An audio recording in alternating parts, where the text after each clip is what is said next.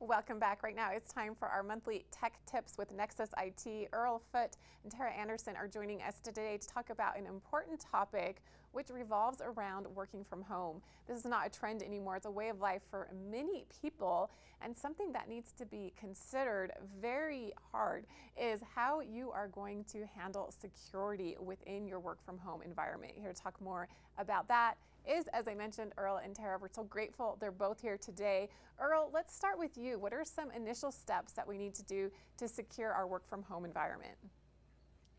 Yeah, thank you, Christine, and good morning. Thanks for having us on. Maybe first, let's just preface some of the potential risks here or vulnerabilities when people are working from home. This scenario, and of course, we're now a year, or maybe a little over a year into this, and work from home isn't necessarily new. We've been helping companies do telecommuting for 20 plus years, but adopting it in mass is what is new. And suddenly for IT departments and IT security people, it's created a significant amount of new work, new variables to be familiar with. For example, a lot of people really don't think about this, but in high density living environments like multifamily environments, particularly high rises, and that type of stuff, when you're working from home and you're on your Wi-Fi connection, you significantly expose your business, your corporate data to potential risk by transmitting that data over a Wi-Fi connection that is potentially not very secure. Besides that, there's been this trend, particularly early on in COVID, but it continues, of people posting photos and videos of their work from home environments, and that actually gives cyber criminals a significant amount of information that they can use to try and target you specifically as an individual, or use information they know about you to target somebody else within your organization. They can gather information about your family, about your pets, names, addresses that are sitting on packages that are sitting on the desk behind you, maybe phone numbers. Sometimes people have passwords posted on walls or things like that. And so there's just a massive amount of information that is being put out there and made readily available and really easy, for hackers to get a hold of.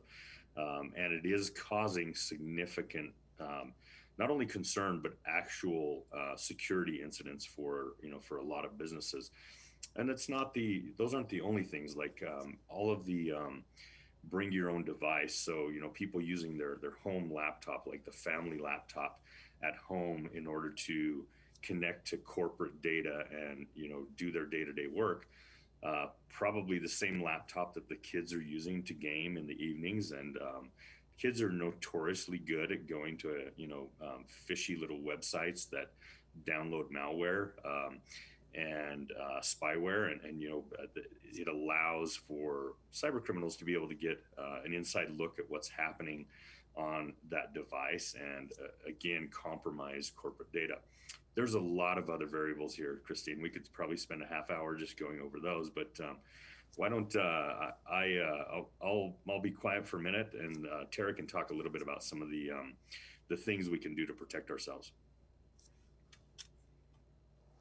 Tara, I would love to hear more about this topic. We're so concerned, and those lines have been blurred between work and home life. We're no longer maintaining that as we used to, out of necessity. And also, there's been a lot of positive benefits that have come from working from home for many people. So what can we do? What can we do to stay safe and to consider security and still be able to maintain our work, our home life, while it all is blending together? Right. So you're right. Many different benefits have been derived from working from home. I enjoy those benefits often. I have a hybrid type schedule. I'm in the office today, but many times I'll be working from home as well. Multi-factor or two-factor authentication is actually one of the biggest tools that I see as being helpful. When I go to log in to any of my programs into my device, I have a two-factor app. On my phone. I use Authy, but there's several. Google has a product as well that gives me a unique code that refreshes every so many seconds. They can go in and authenticate that it's me. So I use multi-factor I can't say that anytime I'm on this show. I think last time I was on this show, I struggled with MFA, 2FA. Anyway, look that up. That's a word that I struggle with, but I don't struggle with utilizing it. I hop onto the app every time I log in to my device or to an application, especially secure applications where we're sharing data and other people's private information. Another thing you can do is enable a VPN. So if you do have to work from a dense area, such as an airport, a school, even mini condos, hotel rooms, you can mask your IP and your identity that way. And then also just being highly aware. So, I started with Nexus IT inside a year. And about a year ago, we announced my new role with Nexus, and we did that on LinkedIn, which is fantastic. A lot of people do that.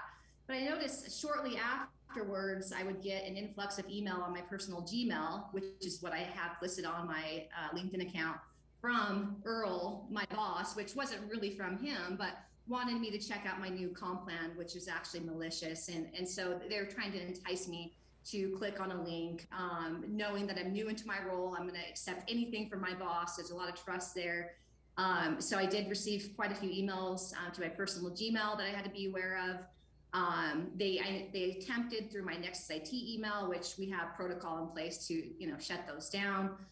We do use email encryption. We have quarantine protocol, and so that was noticed right away there. But imagine if I am on my work device and I pop open my personal Gmail and I click on a link that says compensation from my boss, that could potentially be really damaging. So it's also just being hyper aware.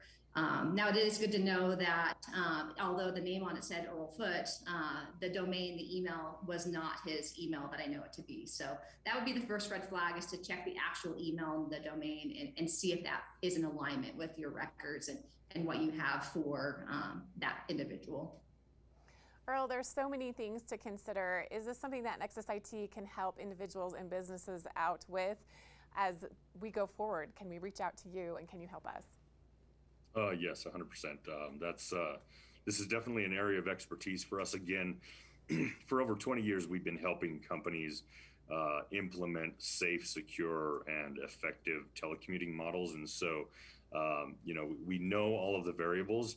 We know how to engineer for those. We know how to help, companies and individuals make the right decisions and be adequately educated about how to be safe while working in telecommuting environments. And it's entirely possible. There is more work to be done, and there's a massive amount of new risk that comes with it. And so, it's very important that business leaders educate themselves about that and understand what they need to do to protect their corporate data, their sensitive client data, their HR and finance data, all of that stuff, right? Thank you so much, Earl Foote and Tara Anderson, for joining us today. You can find out more at nexusitc.net. We appreciate this important conversation about security and working from home. We'll be back with more right after this.